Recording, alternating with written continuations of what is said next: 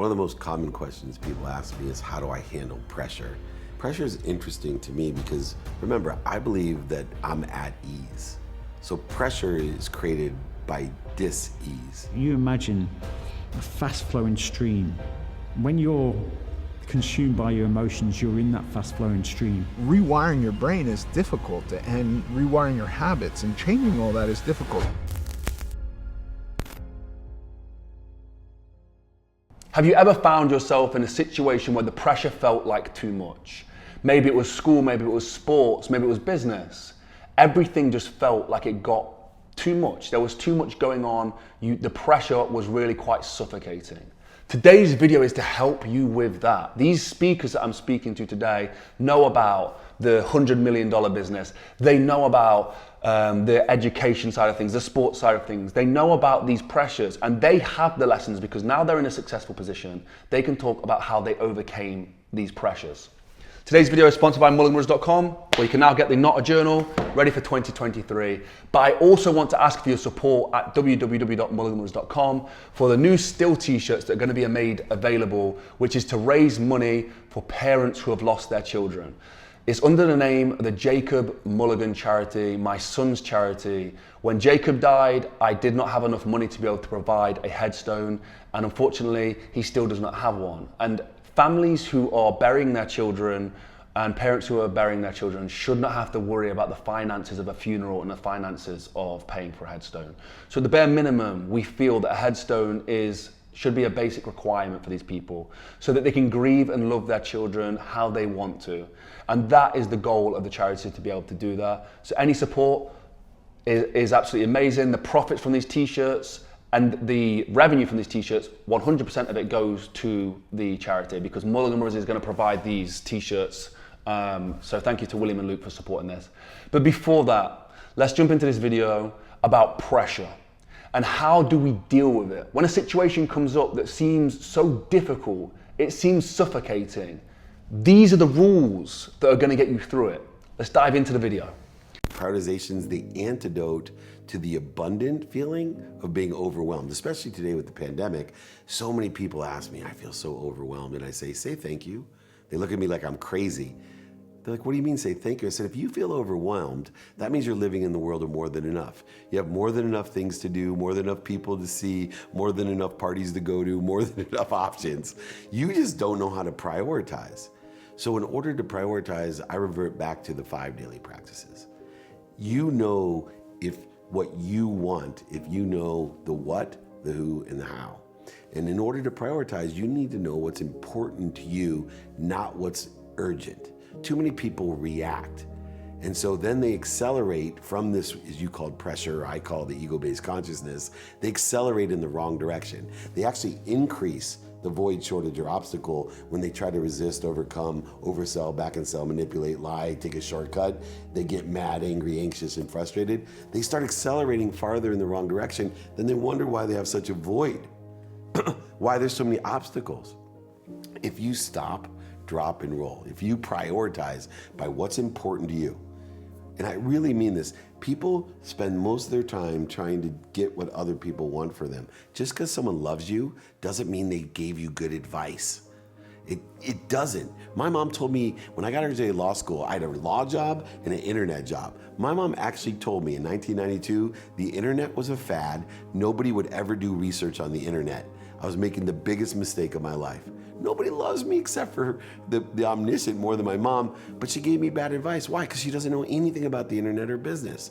So you want to make sure you know what's important to you, not what's urgent. Urgency is a subset of importance. If you know what is important with you, by who you can help and who can help you, and how best to get it done with productivity, accessibility, and gratitude, with efficient, effective, and statistically successful activity, you'll be able to prioritize every day. In fact, when things come up, as they often do, that aren't planned, they're not activity planned, they're activity that's unplanned, you'll know exactly where to fit them in. I wrote a book called Game Time Decision Making, which is all about the ability to prioritize what's important to you to get what you want every day in a trajectory of your midterm and long-term objectives. And remember, the key to this whole formula is not being afraid of changing your mind, not being afraid of being a hypocrite. It drives me crazy when people make fun of people. Oh, that's not what you said yesterday. And they start putting them down. They start attacking them like, slow down. I got a fast learner here.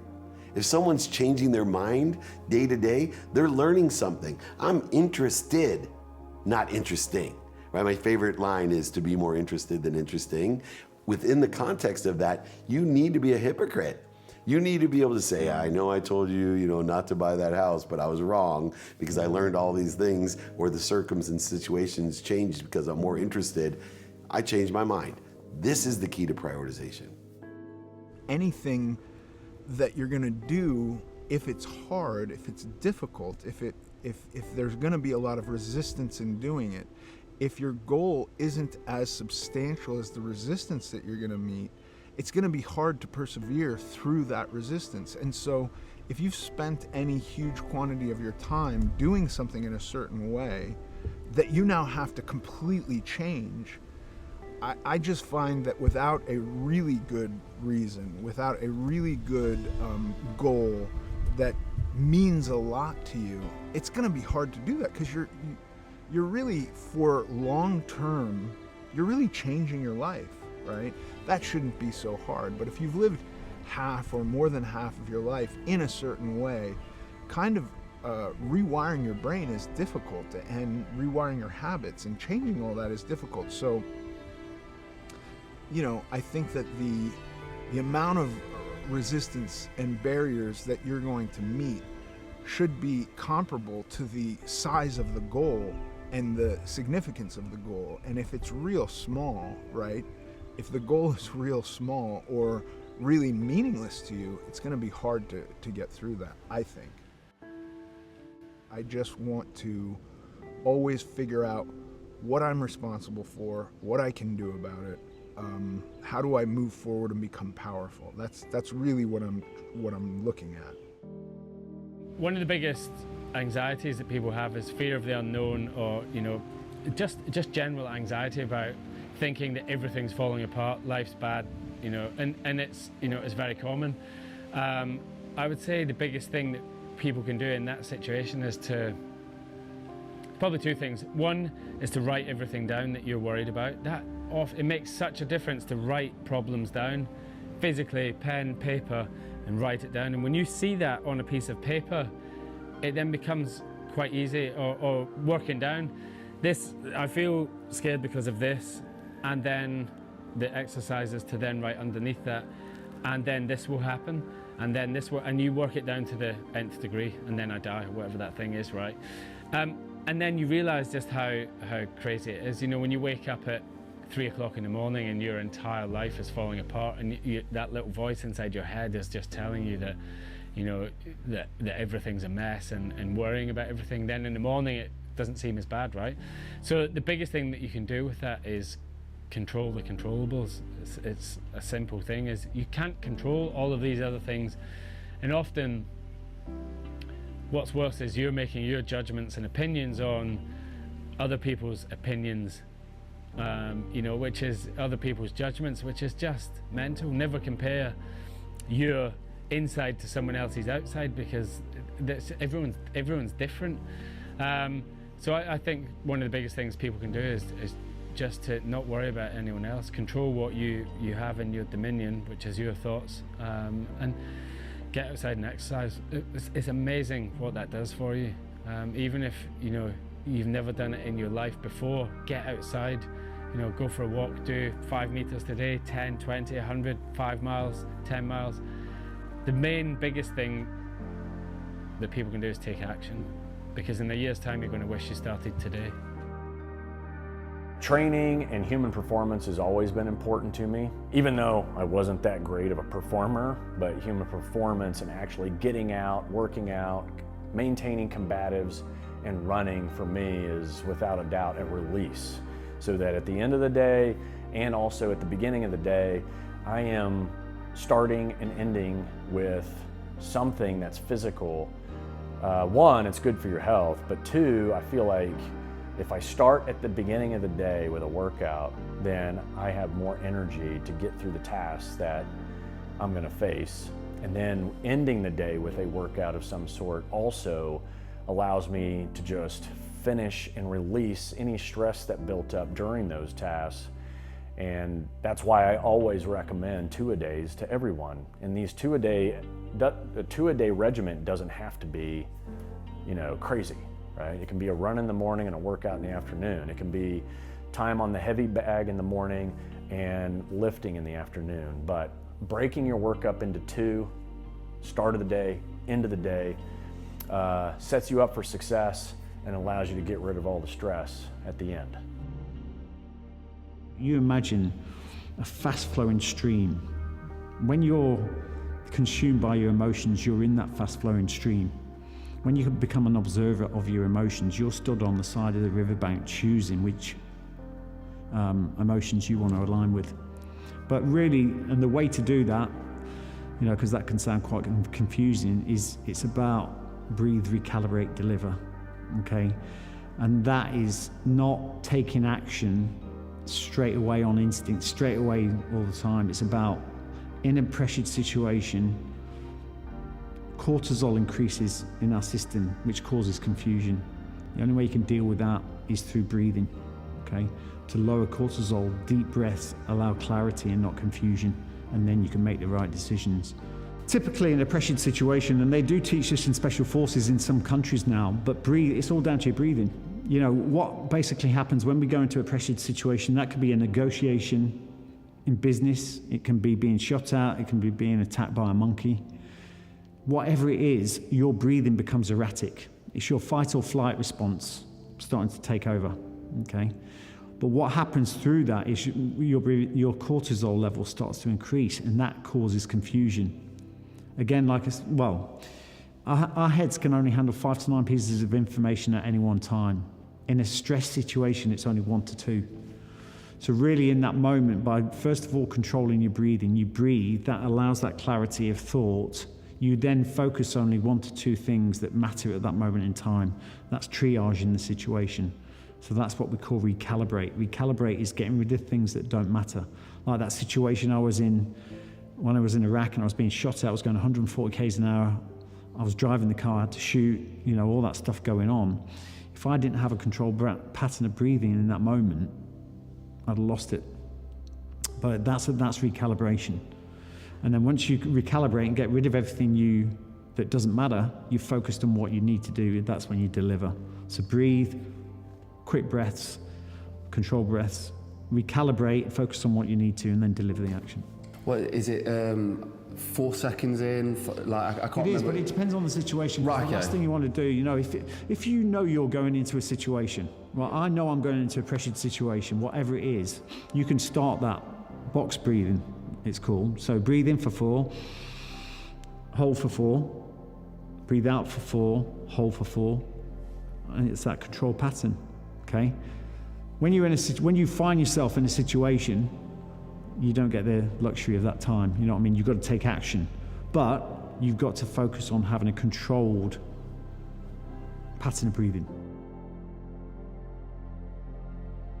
Now, one thing to do is make sure that you breathe out, okay, first, because that sends a message to your head that the situation is okay. Pressure is interesting to me because I believe that I'm at ease. So pressure is created by dis-ease, and dis-ease is truly created by ego-based consciousness. And so there's 4 steps to deal with pressure. One is to identify the need of the ego that is determinative upon creating pressure. See, the ego is not what most people think the ego is. The ego does edge goodness out of your life. The ego is not your amigo. This is all true, but it's not just a narcissist, a self-serving, greedy, egotistical type of ego. See, the ego is what creates the pressure, and the pressure is created by the needs of the ego. Let me explain what they are. The need to be right creates pressure. The needs to be separate from, the need to be inferior, the need to be superior, the need to be anxious, frustrated, angry, guilty, resentful. All of these needs, and there's many more, they create pressure in your life. It's an illusion. It's a self-prophecy that creates a closing of the learning curve, a closing of the comfort zone. This is where the pressure is created. So what do? 1, we practice identifying especially what we're more apt to be needy of. So for example, I have a terrible need to be offended. And it's a terrible need to have, because the minute I walk outside, I have a need to be offended. You know how easy it is to be offended? I always tell people I wish I could feed the world as easily with their need to be hungry that I do myself with the need to be offended. I walk outside, I'm like, oh, can you believe that person's walking by right? It's amazing. Do you know how much time, emotion, value, and energy is wasted by this pressure creating ego-based consciousness? So what do? We practice identifying it. Now, counterintuitive to after we're able to identify the ego-based consciousness that creates pressure, don't resist it. See, the natural reaction to the need to be guilty, resentful, offended, separate, inferior, superior, anxious, frustrated, and angry is to resist it, to go over it, under it, through it, around it, oversell it, back end sell it, lie to it, manipulate and cheat it. Don't do it. Simply stop. Simply stop. Breathe through your nose, out through your mouth. Breathe, get to center, get at ease. And then roll towards what you want, who you can help, who can help you, how best to get it done, and prioritize what's important to you. Not what's important to other people, what's missing and what you don't want, but what's important to you, and apply that why. Don't search for something you already have. Apply the why. If you can identify this pressure, these ego-based consciousness, these needs, and stop, drop, and roll, you'll spend minutes and moments each day under pressure, and the majority of your life at ease, in the flow, where things come to you effortlessly, rapidly, and accurately. Thank you so much to all the speakers for this video. Pressure is one of those things that you can either thrive in it or you can die in it. You either come out of the flames like a phoenix or you burn. And so many people decide to burn. So many people decide to shrink in the pressure instead of finding out if they are capable of being great or they're capable of achieving what they want to achieve. They decide to hide from it. They hide from the moment in time. And for me, when pressure comes up now, I smile, I grin. I know that this is my time to shine. Even if I fail, there is a lesson there. But there is always learning in the pressure. And when you come out on top, when the pressure hits, when it's the hardest time of all, that is when you can smile at the end of it and know that you achieved something great. So for me, pressure is everything. Pressure is required. It is important. So respect pressure, understand pressure, and seek pressure. Don't live in your comfort zone. Today's video was sponsored by mulliganbrothers.com, where you can get the Not a Journal ready for 2023, but also I want to ask for your support for my son's charity, the Jacob Mulligan charity. When my son died, we did not have enough money to pay for his headstone, and at the time it was a very difficult thing for me, and it's something I don't want any parent to go through. Let alone the process of burying a child.